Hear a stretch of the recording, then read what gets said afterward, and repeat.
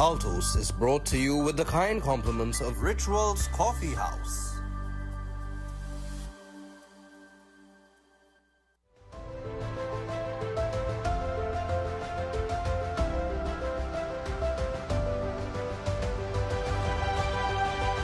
Good evening and welcome to Altos, a weekly news and current affairs program produced by the Catholic News and broadcast on Trinity TV and TGT. I'm your host, Neil Parsonlal. Here's a look at this week's top stories. Archbishop Charles Jason Gordon urges Roman Catholic faithful to be generous in this weekend's collection for Venezuela.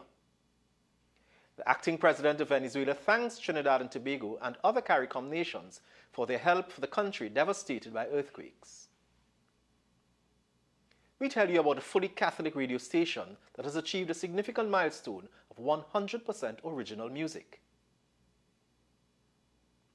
The SSPX challenges the Pope's decision to excommunicate 6 bishops. And later we continue our conversation with Monsignor Pereira as he celebrates 50 years of priesthood. And now for our top story. Archbishop Charles Jason Gordon has urged Catholics to give generously at this weekend's masses to support the people of Venezuela. Speaking after Mass at Archbishop's Chapel on Wednesday, July 15th, Archbishop Gordon spoke of the Archdiocese's response of material and financial support. Lara Pickford-Gordon reports on his appeal. The 7.2 and 7.5 earthquakes on June 27th have been described as the worst in Venezuela's modern history. At Wednesday's Mass, Archbishop Charles Jason Gordon spoke of the humanitarian need arising out of the devastation. Our brothers and sisters in Venezuela, as we know, have had a really terrible moment in their own history. The earthquake has been damaging, devastating, and they are still in need of a lot. Archbishop Gordon said many were rushing to assist, but the Archdiocese held back as getting goods and money to Venezuela was not that simple to organize. He said contact has been made with the church in Venezuela and there were ways to have concrete assistance. This weekend at all masses, we are having a second collection for Venezuela. We're also going to collect foodstuff, non-perishables, so that we can do both a cash donation to the diocese over there and also send some food hampers across by boat. His Grace said this was an act of solidarity with the people of Venezuela, pointing to the historical ties between TNT and Venezuela long before the arrival of Christopher Columbus. The communication between Venezuela and here was constant.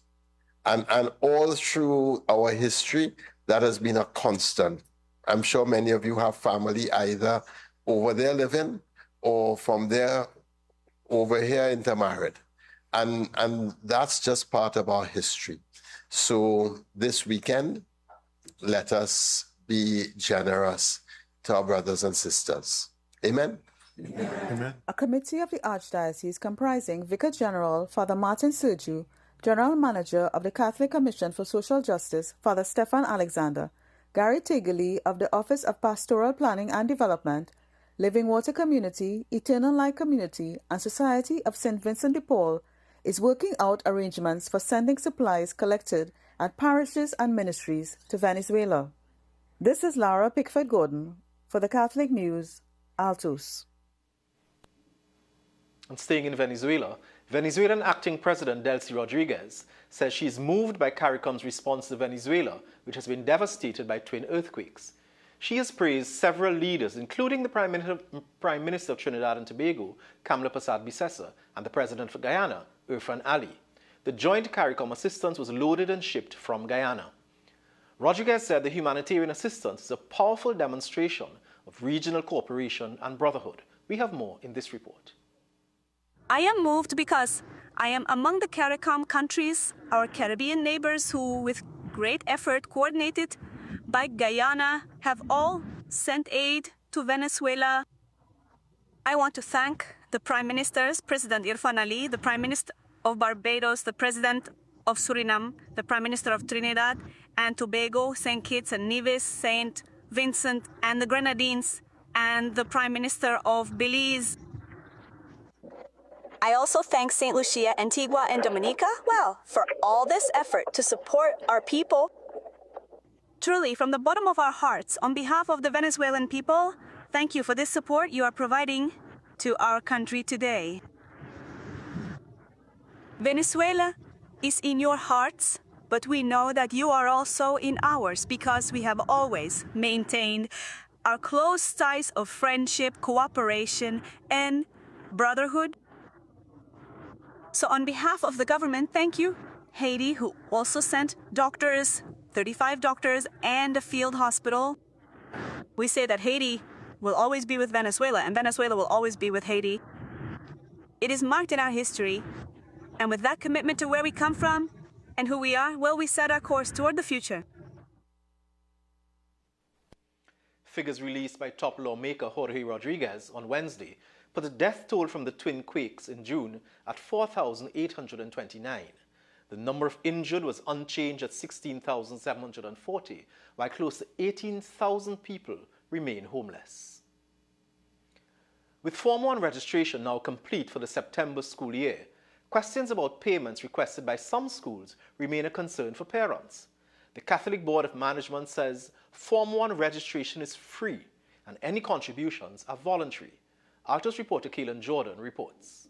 From reliable sources and with the policy position confirmed by the Catholic Education Board of Management, 2 Catholic secondary schools say the payments requested from parents are not fees but voluntary contributions to support the needs of the school. One school official told Altos parents were asked, quote, to make a voluntary contribution to our parent-teacher advisory board, end quote. The school says these contributions help cover expenses not fully met through government funding.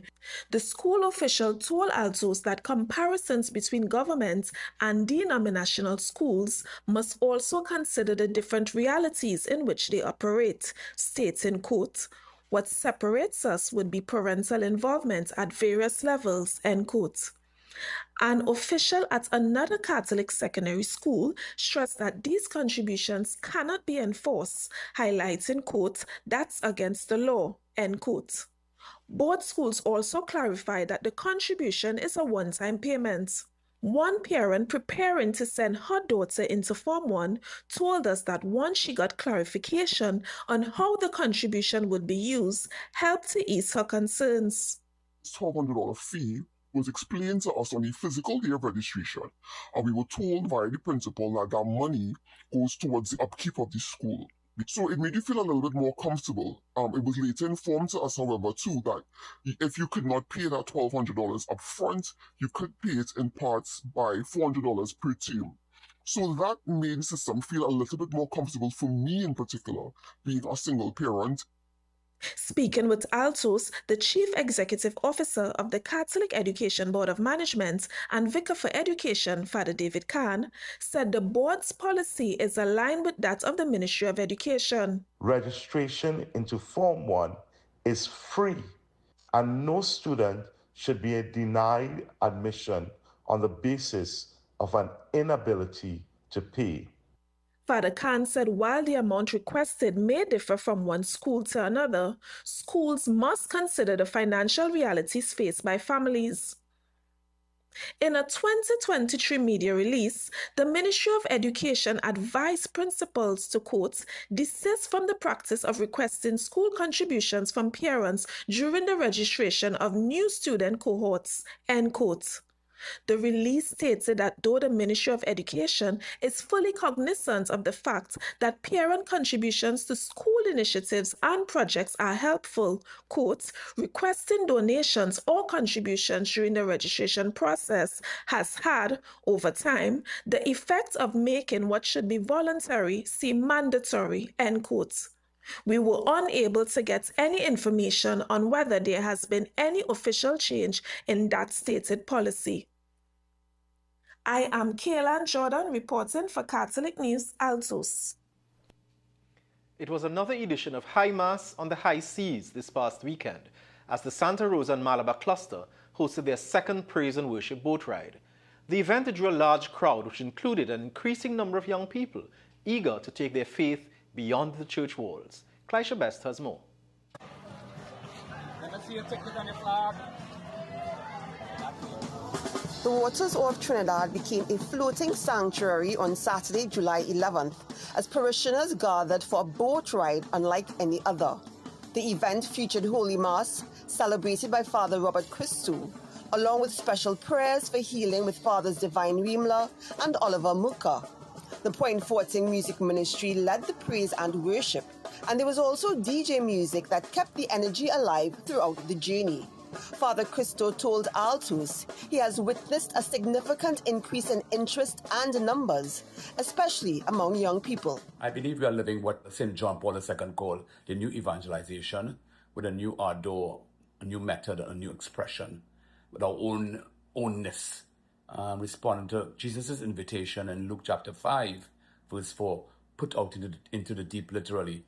So taking the catechesis and the sacramental power onto the seas, high mass and high sea, has really created a fresh, engaging space where people are excited to encounter Christ and the power of the church. He said the experience is moving from curiosity to conversion. People come for an experience, but they leave wanting more of Jesus. Someone told me at the end, when the church gets into the boat with Jesus, people are willing to get back into the boat with the church. What a great moment. In a social media post after the event, Father Christou said it was truly the church alive, praying together, serving together, celebrating together. I am Clisha Best for Catholic News, Altos. Let's ask Holy Spirit to bless us with His holy water. Amen.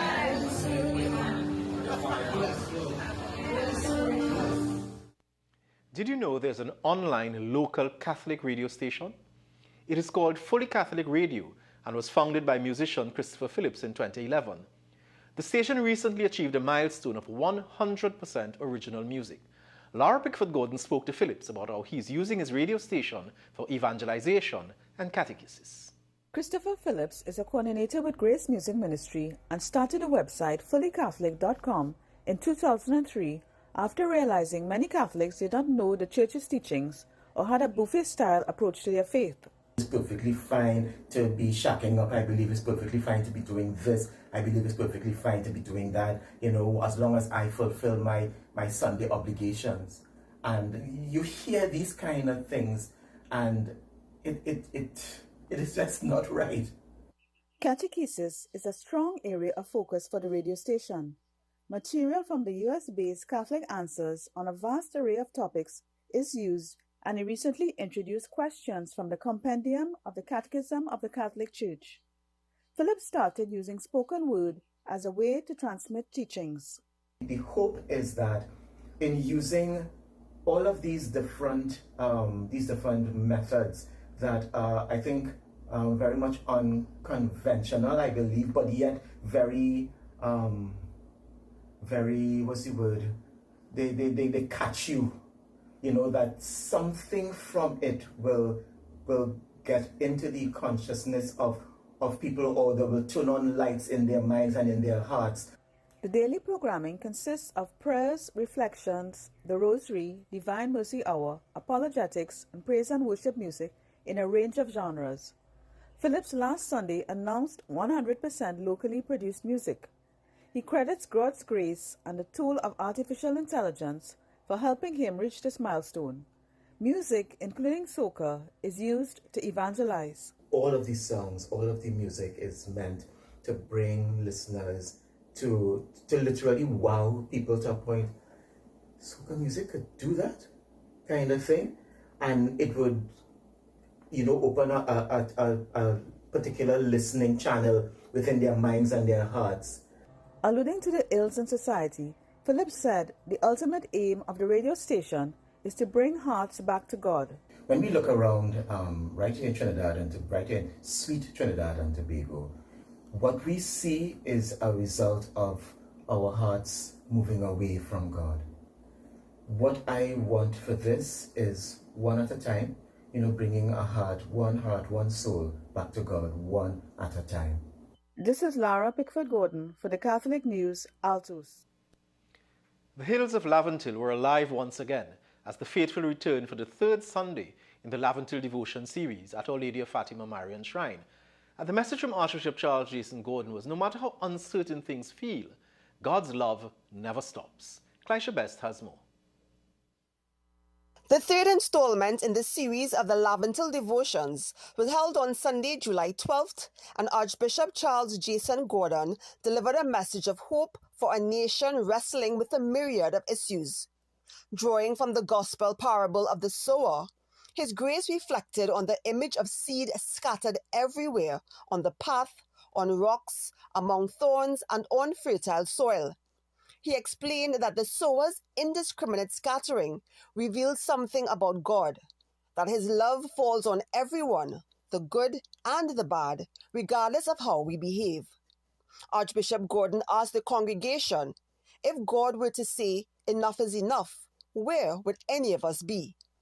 Against the backdrop of national anxiety, economic strain, political tension, and uncertainty about what tomorrow might bring, His Grace offered words of consolation. Archbishop Gordon assured that God's love is still falling, still scattering, still seeking good soil. The Laventille Devotion series continues next month at the Marian Shrine. I am Clisha Best for Catholic News, Altos. It's time now for us to take a short break, and when we return, we continue our conversation with Monsignor Pereira. Stay with us.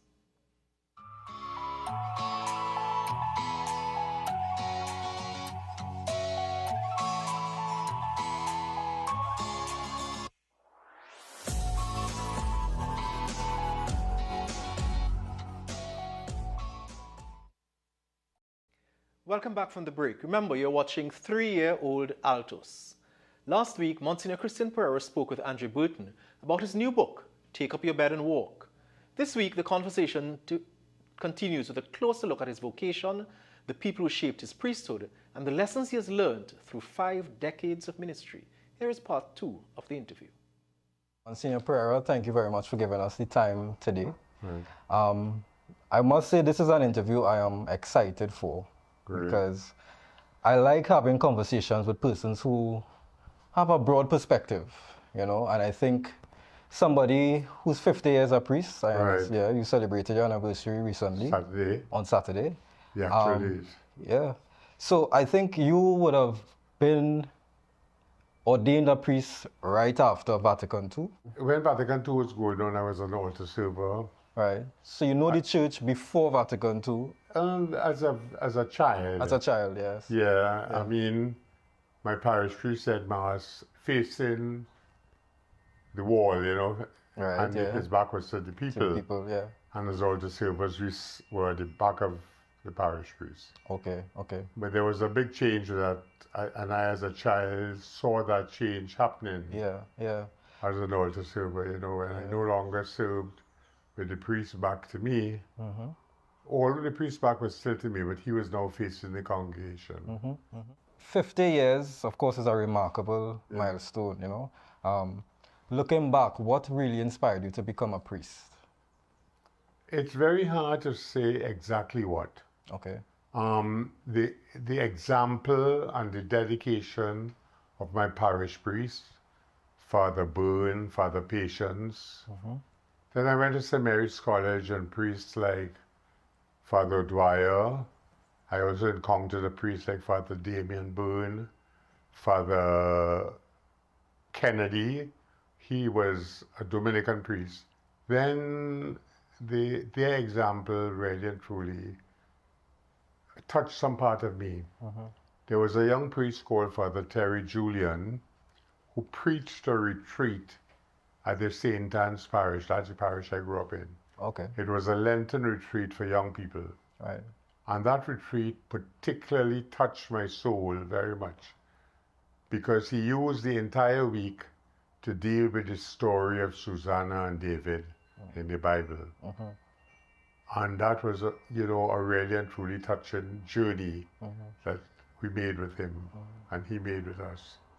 That story still stands out every time I come around it in the Bible. I remember him and I remember, what that meant to me. Is there any other particular priest or family member or experience that helped shape your vocation? Well, My father did a lot very quietly. Okay. He was devoted to Eucharistic adoration. What's your father's name? Albert Pereira. Right. And he went to Eucharistic adoration every Sunday afternoon. He was a lay evangelist, going to different parts of the country, speaking about the Catholic faith. Okay. He was a member of the Holy Name Sodality and the Opus Dei. Okay. He was also involved in a program called Catholic Forum on the Air. He wrote regularly in the Catholic News under the name of Roving Eye. Okay. He was Roving Eye, the columnist almost every week. Right. So quietly, my father was doing things that impacted on his children.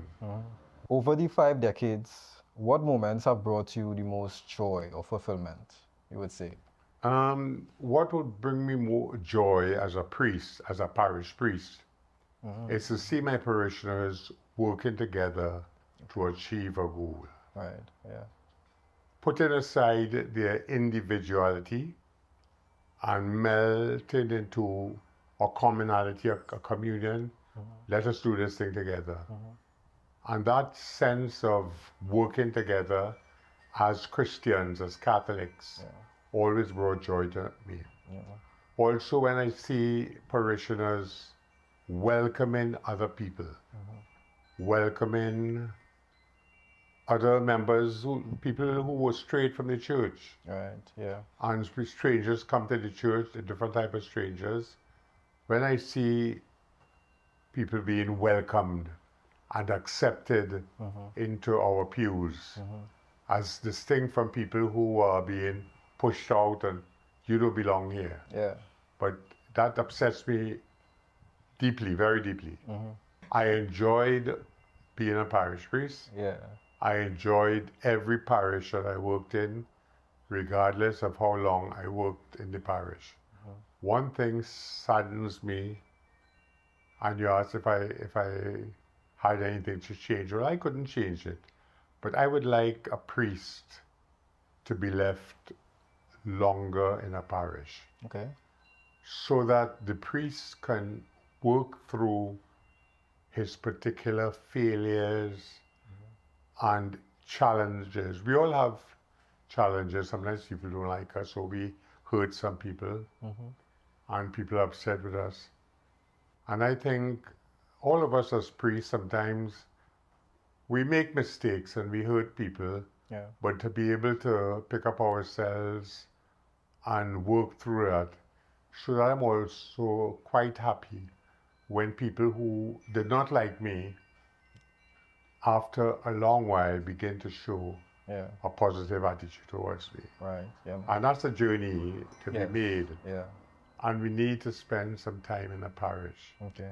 Not because 5 or 6 people report me to the bishop, Yeah. must the bishop move me. Yeah. Yeah. Let me try to work out with these people. Understood. And heal. Looking back over your years of ministry, what has God taught you that you could never have learned in a classroom? In these retirement years, the value of suffering. Okay. You read up certain things in books about suffering, but it's only when you are flattened by suffering do you realize the grace of God sustaining you. The value of failure. Failure is important in life. Yes, yeah. And people are afraid or embarrassed by failure. Yeah. But we have to learn how to access our failures, our sufferings, our discomforts. And you only learn that by understanding what is going on while you are actually really suffering. Really being deprived. I mean, there are times during the last 3 years I was so flattened. I never thought I'd be able to get to 50 years. Yeah. And in a few weeks' time, I'll be 75 years of age. Right, yes. So again, that is another celebration. Another celebration. Yes. Well, happy birthday in advance. Thanks very much. You know, and I think the gospel is true to that. You know, the message of enduring his suffering. Yeah, and enduring. And being transformed in the resurrection. Yeah. So, Monsignor, thank you very much for your time. It was an honor. Happy to share with you and our listeners. Yes. So, thanks a lot. God bless you. All right. Take care. Take care. All right. In this Sunday's issue of the Catholic News, is there a connection between this Sunday's gospel and the fan support in the FIFA World Cup? Read the editorial, God's Harvest, Wheat, Weeds and Watch Parties. Through a friendly football match, the Samaritan Movement's Horizons program demonstrates how sport can function not merely as recreation, but as a platform for social inclusion. And Dr. Marlene says education is about far more than qualifications, it's about formation. Read her My Point of View column. Here are the clergy anniversaries for the coming week. I'm Raymond Sims, editor of the Catholic News. Thanks very much for staying with us. The Society of St. Pius X, the SSPX, has issued its formal response to the Holy See's decree of excommunication, thus initiating a process which results in the temporary suspension of the penalties of the decree. On July 11th, the Society sent a preliminary recourse to the Dicastery for the Doctrine of Faith, marking its formal response to the July 2nd decree from the Dicastery regarding the penalty of automatic excommunication incurred by the 6 SSPX bishops. News of the appeal was published on the evening of July 13th. We have more in this report. The Priestly Society of St. Pius X has filed a petition against the excommunication decree issued by the Dicastery for the Doctrine of the Faith. According to the decree, signed on July 2nd by the prefect Cardinal Fernandez, several bishops of the Society have been excommunicated. The same penalty applies to whoever, priest or lay, formally adheres to the movement. On July 13th, the Society issued a communiqué stating that they had filed an appeal in accordance with Canon 1734 and following of the Code of Canon Law. These codes regard the administrative decrees issued by church authorities. In the same statement, the Society, citing the Code of Canon Law, upholds that the excommunication is suspended until the case is settled.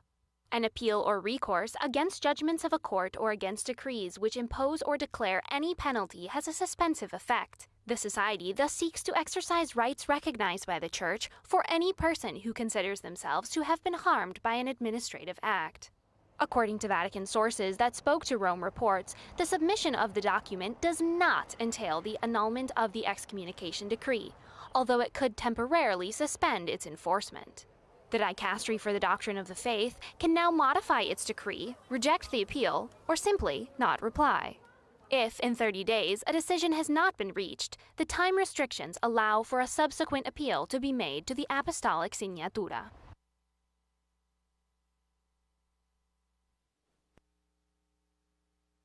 So very much for viewing. Please continue to pray for Trinidad and Tobago and our neighbors in Venezuela. Continue to read your Bible and learn your faith. Last week was Telethon Week at Trinity TV. It gave us the opportunity to make our financial pledges and contributions to help the communications arm of Trinity Television to continue to spread the gospel and evangelize. As we go, we leave you with some video of members of the Trinity TV team enjoying the music of Grace Ministries as they closed off the telethon.